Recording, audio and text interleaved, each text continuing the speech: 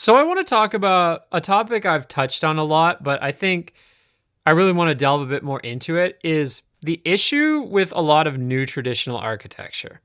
Now, I don't want to be a black pillar because I support new traditional architecture. Like, I support building reconstructions of buildings that were already destroyed or building entirely new um, buildings in traditional styles, whether they're like in pre-existing traditional styles or in new styles that incorporate traditional ideas and build upon them, like new styles that reject modernism but modify traditional styles with new innovations. Like, for instance, some of the like steampunk style conceptual art that we've seen. And I mean, there's a few actual buildings in existence like that. Like, say, for instance, the Instruments Museum in Brussels.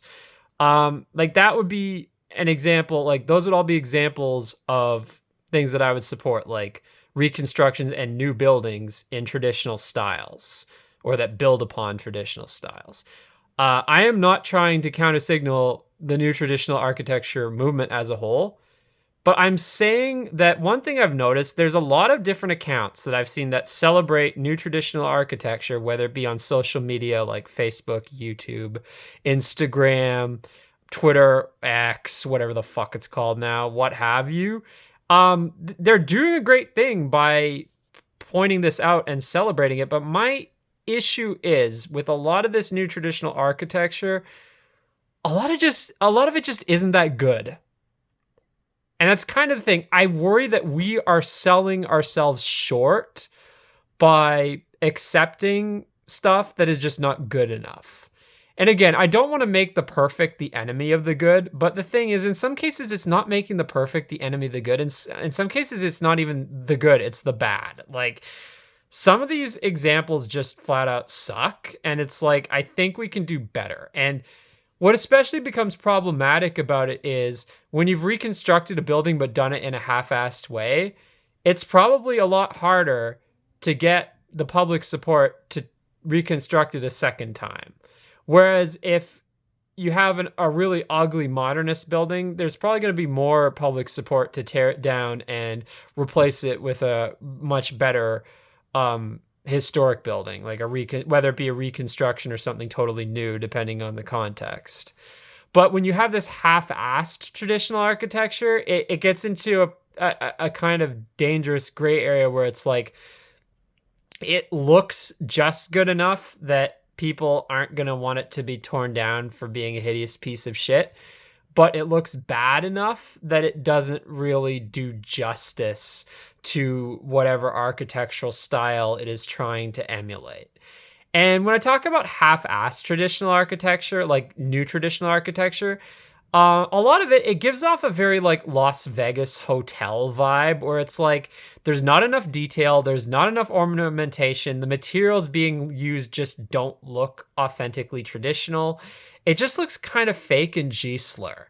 And I see a lot of examples of this, especially in Germany among some of the post-war reconstructions. To be honest, Eastern European countries as a whole have done a better job. Like, there are some examples of really shitty reconstructions in Eastern Europe, but as a whole, I think they've done better. Like, if you look at cities like Warsaw, Wrocław, Gdansk, I would say as a whole, it's not perfect, but it's probably better on average than in, say, Germany in terms of the quality of the reconstructions. Also, when you look at, say, some of the stuff they've done more recently in Budapest, in Moscow, like that big reconstructed cathedral they have in Moscow that was built, I think, in the last 10 or 20 years.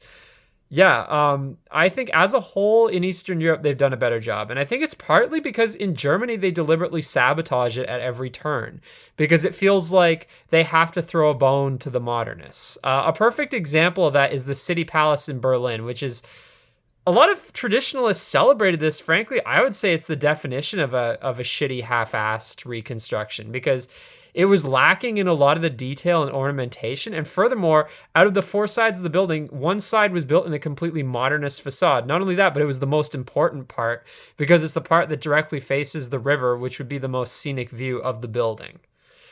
And again, there's many such examples. Like another example I would point to is in Dresden, the Neumarkt, the big square surrounding the Frauenkirche. Like I would say the church itself, at least the exterior of the church, is a fairly decent reconstruction. I wouldn't say it's perfect, but I'd say it's fairly decent.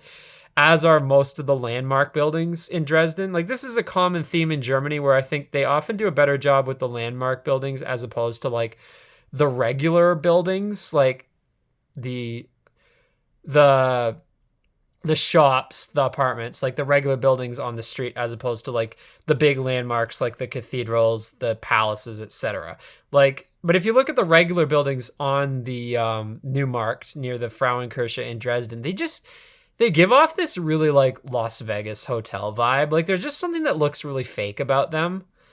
It's probably the materials used, it's probably the methods used, and just the lack of detail in some cases. Like if you compare it to like photographs or paintings of how it looked before World War II, there's just, I don't know. There's this clear decline. Like it's like that meme with like the painting or the drawing of the horse with the one half that looks a lot better and the other half that looks shittier. It's kind of like that. Like when you compare the pre-war version to the post-war reconstruction, and it's like, honestly, I think we can do better than that. And it's partly a money issue that these things don't get enough funding, but I think it's also a case of deliberate sabotage because you have the modernists.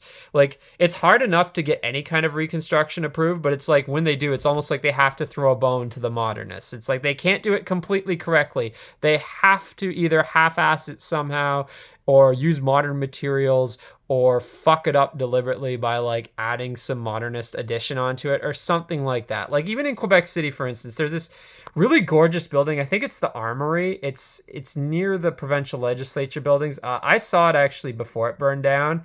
It burned down, I think, sometime within the last 10 or 15 years. And then they reconstructed it, and most of the building looks absolutely great. But then they just had to add this shitty little modernist addition on one far end of the building. It's like, no. They can't have it be perfect. They just have to add that little tumor just to please the modernists. It's like it's a fucking requirement. It's almost like paying protection to the mob. It's like you just have to do it. You just have to throw in that little piece of shit just to appease them. And it's like, I don't know, like it really does feel like every case of trying to rebuild something, it's like either they fuck it up because there's not enough money or because they're forced to throw a bone to the modernists. Like sometimes they do it well. Like there have been plenty of cases, as I said, in Eastern Europe where I think they did it a lot better. And a few cases in Western Europe also. Like some of the landmark buildings in Germany look pretty good. Like some of the main cathedrals and palaces, for instance, in cities like Dresden.